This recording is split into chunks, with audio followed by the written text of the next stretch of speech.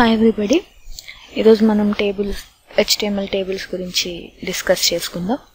ఇప్పుడు టేబుల్స్ ఎందుకంటే ఇప్పుడు మనకు డేటా ఉంటే ఒక ఆర్డర్లో అరేంజ్ చేసుకోవడానికి టేబుల్స్ ఉపయోగిస్తాం జనరల్గా.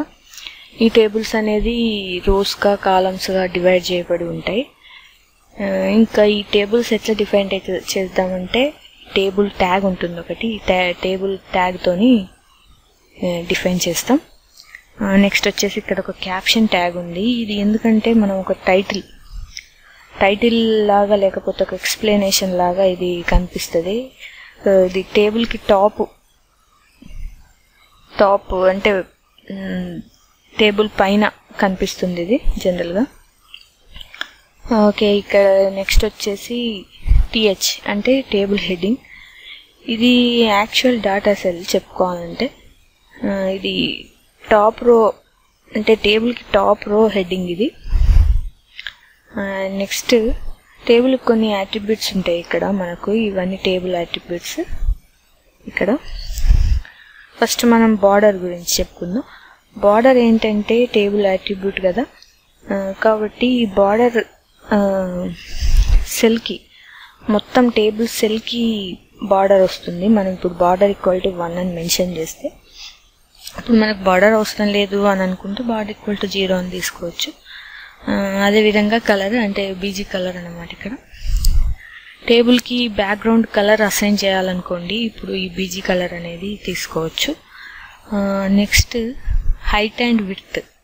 ఇప్పుడు టేబుల్ హైట్ విడ్త్ మనం ఇవ్వాలనుకుంటే హైట్ విడ్త్ తీసుకోవచ్చు. అది పిక్సెల్స్ రూపంలో కానీ ఇంకా పర్సంటేజెస్ రూపంలో కానీ తీసుకోవచ్చు.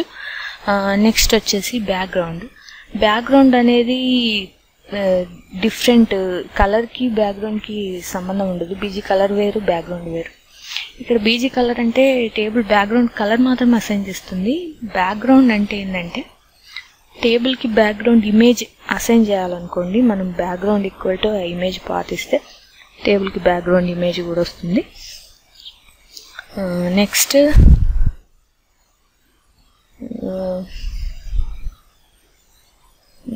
వచ్చేసి cell spacing and cell padding. ఇక్కడ ఇవి చాలా ఇంపార్టెంట్ HTML టేబుల్స్లో. ఇది మన టేబుల్ సెల్ స్పేసెస్ని అడ్జస్ట్ చేస్తాయి ఇవి రెండు యాట్రిబ్యూట్స్. ఇప్పుడు సెల్ స్పేసింగ్ ఏంటంటే బార్డర్ విడ్త్ను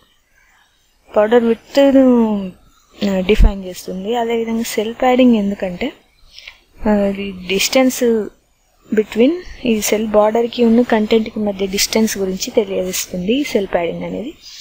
అలైన్ అంటే ఏంటంటే ఈ టేబుల్ అలైన్మెంట్, అంటే ఇప్పుడు టేబుల్ లెఫ్ట్ ఇవ్వచ్చు, ఇంకా రైట్ ఇవ్వచ్చు, ఇంకా సెంటర్ కావాలంటే సెంటర్కి అరేంజ్ చేసుకోవచ్చు.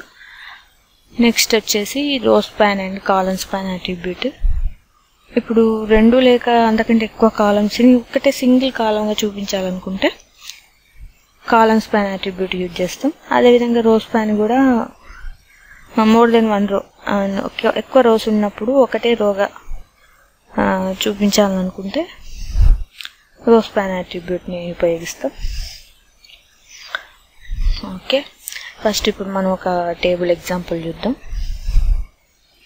ఇది టేబుల్ ఎగ్జాంపుల్. ఇక్కడ బార్డర్ =1 అని తీసుకున్నాం కాబట్టి టేబుల్కి బార్డర్ వస్తుంది. బార్డర్ =0 అని తీసుకుంటే ఏమవుతుందో ఫస్ట్ చూద్దాం. ఒకసారి సేవ్ చేసి చూడండి, ప్రోగ్రామ్ రన్ చేద్దాం.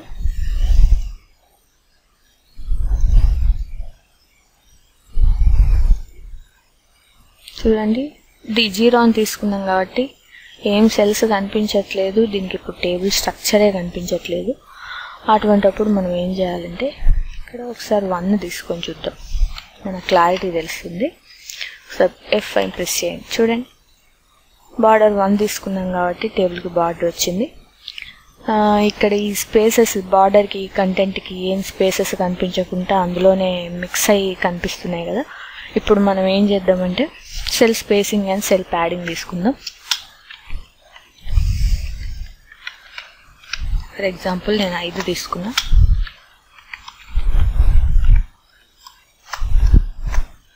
సేవ్ చేసి ఒకసారి రన్ చేసి చూద్దాం. Press F. చూడండి, ఇంతకుముందు టేబుల్కి ఇప్పుడు టేబుల్కి చాలా డిఫరెంట్. ఇప్పుడు సెల్ ప్యాడింగ్ అంటే ఇప్పుడు ఈ డిస్టెన్స్, ఈ బార్డర్కి ఇంకా ఈ కంటెంట్కి మధ్య స్పేస్ తెలుస్తుంది మనకు.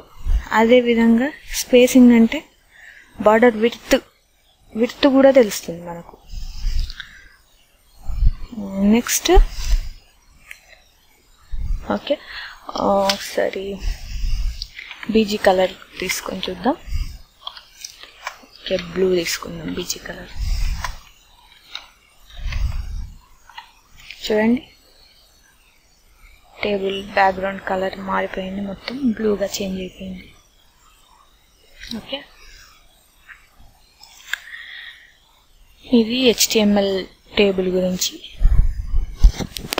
ఓకే, మీకు ఇంకా ఈ HTML గురించి మోర్ ఇన్ఫర్మేషన్ కావాలనుకుంటే సబ్స్క్రైబ్ చేసుకోండి. Thank you.